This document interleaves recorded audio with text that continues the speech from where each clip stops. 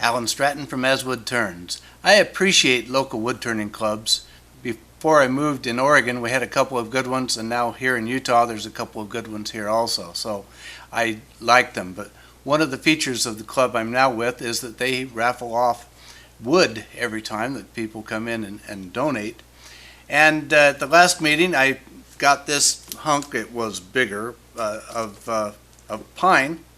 And at first, I wasn't very thrilled with it because I thought, well, it's pine. I really don't like to turn pine because it's a softwood, and I'm not sure it turns out that well.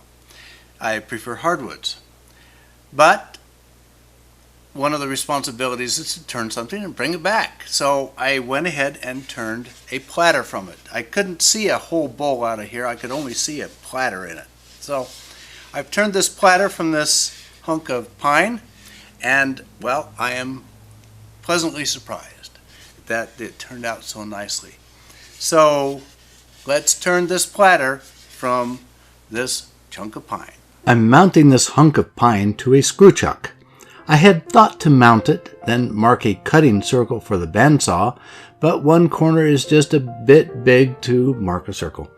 So I had to back off and just saw the corners off the block before remounting it to the lathe.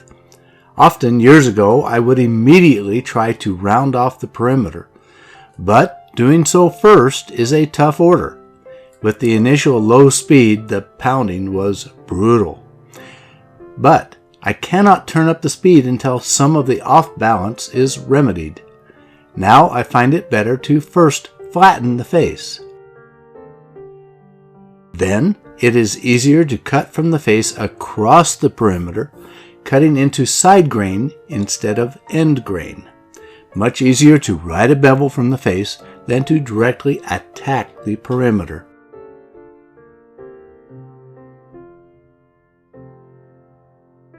Then continue to shape the bottom of the platter. I'm starting a bit of an OG, but the shape is a bit rough at this point.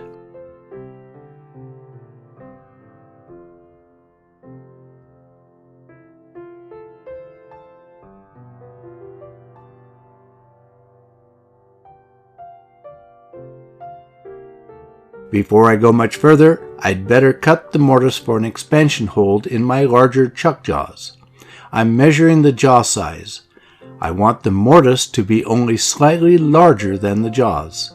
I'll cut the mortise with a spindle gouge and parting tool, then clean up with my smaller skew. I want at least the outer area smooth for the face of the jaws.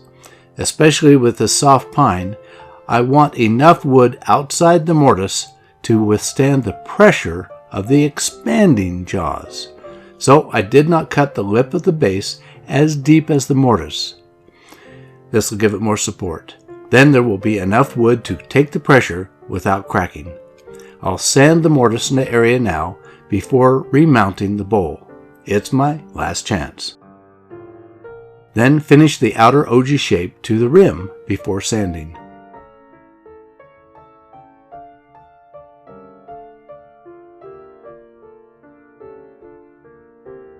Then add a couple of grooves to decorate the bottom. At this point, all that is left of the bottom is to apply finish, but later. Now I can reverse the bowl to hollow and shape the top surface. I'm mentally dividing the top into thirds, with the rim, the intersection of the rim and the bottom, and the rest of the bottom. In general, I want to work in this order to preserve the mass of wood for as long as possible. Otherwise, the bowl may move and flex, making it harder to shape. I'll also keep the tailstock in place for security as long as possible. So, rim first. I'll leave the thickness a bit thicker than some because the wood is pine. I'm using my large bowl gouge now. Occasionally, I'll use a square carbide cutter to do a smooth scrape near the end.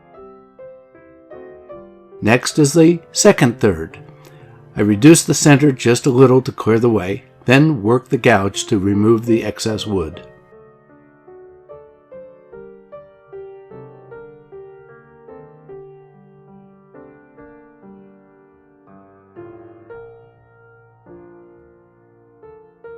Finally, I'm pulling back the tailstock to finish the interior. With the tailstock gone, I must take lighter cuts or risk breaking out the bottom.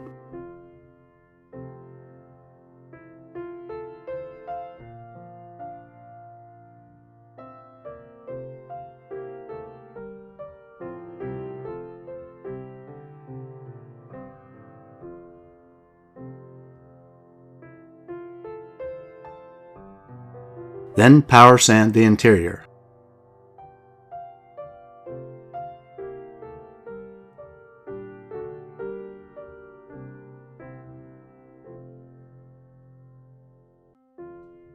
With sanding nearly complete, I want to add a couple of grooves to the rim. If this were a hardwood, I could add more detail, but I'll play it safe with this pine and keep it simple. Then final sand with the fine grits. Now I can apply walnut oil first to the interior with the bowl still mounted to the chuck, then remove it from the chuck sign and apply oil to the bottom. When I got this wood at the club meeting, I was skeptical that I could get a nice platter from it. After all, it was pine, a little dirty with cracks on the end.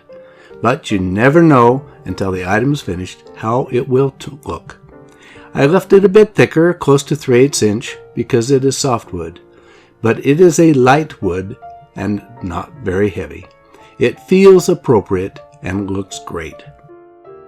We'll see you again next week for another wood turning video. Please give this video a thumbs up, subscribe, and tell your friends. Always wear your full face shield. Goggles are not enough protection. Until next week, this is Alan Stratton from As Wood Turns. Let's keep on turning.